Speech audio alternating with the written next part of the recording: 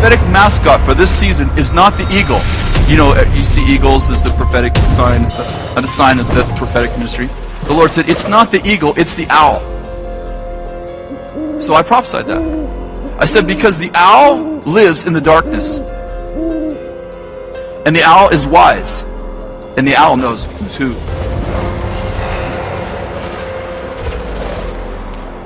The owl knows who's who. See, the owl can look through the darkness and see a Rahab and know it's the great-great-great-great-grandmother of Jesus Christ. I say sometimes with humor, God has the original WWW. It's not the World Wide Web. It's the Word, the will, and the ways of God. I have tried in my lifetime to be a student of the ways of God, of the Word, and of the will. But there's a third one that I am also in hot pursuit for. I want to understand the ways of God, in the prophetic ways of God with man. Some of us are hearers. We hear. We hear what he's saying. We know. It's like he does speak in our ear. But there are many that God gives you these dreams. And I want to encourage you, and he gives you these visions. Write it down. Keep up with your journals.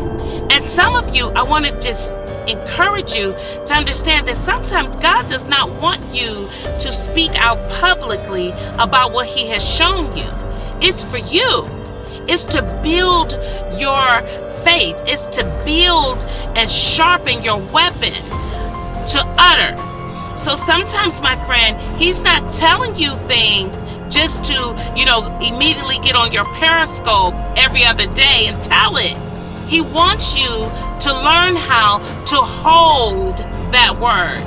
When you pay attention to your natural surroundings, God can show you spiritual truths. So you're paying attention, you're alert in the spirit.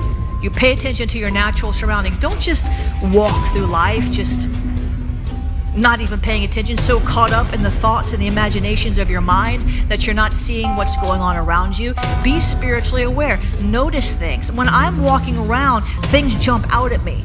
Sometimes it's a color. Sometimes it's when we got to Berlin, where was it, Berlin? We were in Berlin. We got to Berlin and we came out of the train station because we had trained from somewhere, Belgium to Berlin. And when we got out of the train station, we walked out and there was a taxi or a truck or something, and across the side it said Artemis. And that, because I was paying attention, especially when I'm in places that are new, because I was paying attention, that boom, it just like jumped. It was almost like the letters jumped off the car. And it said Artemis. And I was like, oh, Shama Katat. I started praying in the spirit. And the Lord showed me that the strong man over Berlin, or one of them, is Artemis. Who is Artemis? Diana from the book of Acts. Who is Diana? Jezebel. It's Ashtoreth. It's all the same thing. But if I was just if I was just flipping around my phone, some of you seers need to put your phone away. I'm not looking at anybody. Because people walk around like this. If I had been doing that, I would have missed what the Lord was trying to show me. Where you're almost like your physical eyes were open to see into the spirit realm. Can you explain that encounter with us? It was very overwhelming. As you're saying, it was it was 30 days, and I started by going to there was a prophet who had come to the local area, and so I'd gone to his meeting to hear about what is prophecy, how do we operate in this, and so he calls me out of the crowd, has me stand up, and he gives me this word, and he says, you're going to start to see more than you ever wanted to. Well, at the point that he says that, I didn't even have any desire to see. I just wanted to hear, and it triggered something. And so I went home that night, and I'm seeing fire on my bookcase. I'm seeing... Almost like just immediately? It was like a switch flipped. Like one prophetic word. Yeah, I go, and it was... So you were seeing into the unseen dimension. It felt like there were two rooms in the same room.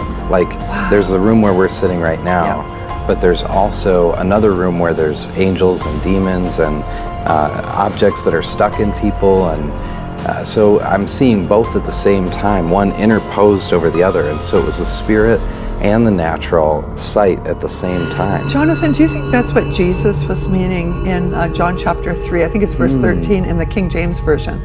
It reads, "No one has ascended into heaven except he who descended from heaven, the Son of Man who is in heaven." And he was describing like two realms at the same time, because he was in the natural talking to Nicodemus, but then he's saying the Son of Man who is in heaven. At the same time, he's talking in the earth. So it's almost like bilocation, living in two realms at the same time. Was it like that? And that should be true for all of us now after the cross. I mean, we're seated in heavenly places. This is not, yes, Jesus experienced it, and we have all the stories of what that looks like. Here's my point. How many visitations of God have our children missed because we didn't give them the word of the Lord? Wow. And so one of the purposes of a father and a mother is to give their children the word of the Lord to prepare them for the visitation of God, so that they have a hearing heart, a seeing eye, and can step into what the Father has. Before the Father does a miracle, he gives you an instruction to follow. And when you would follow that instruction, you will see the manifestation of the miraculous. And so it's so important that we wait on him and get his marching orders. That's what Jesus did in John 5:19. He said, "I only do the things I see my Father do." That's correct. And so that's basically, that is the wisdom of God. Jesus has been made wisdom unto us, so he is, an example of exactly what you're saying. Jesus said, "These signs will follow those who believe." You know what happens when a church becomes powerless? Signs and wonders begin to be something that you can nail to a stick and take to a gay parade. A sign that makes you wonder. See, part of the struggle is it's really hard to be ready for the jungle when you trained in the zoo. We have domesticated the Lion of the tribe of Judah and wondered why we're completely irrelevant to the world.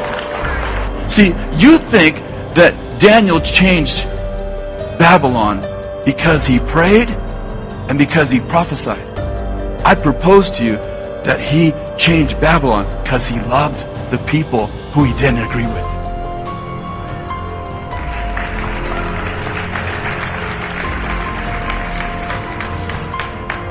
You better get ready, because the river's coming out from the sanctuary.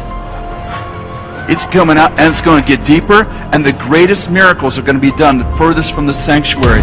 And I'm telling you, God's not sending out his eagles, he's sending out his owls.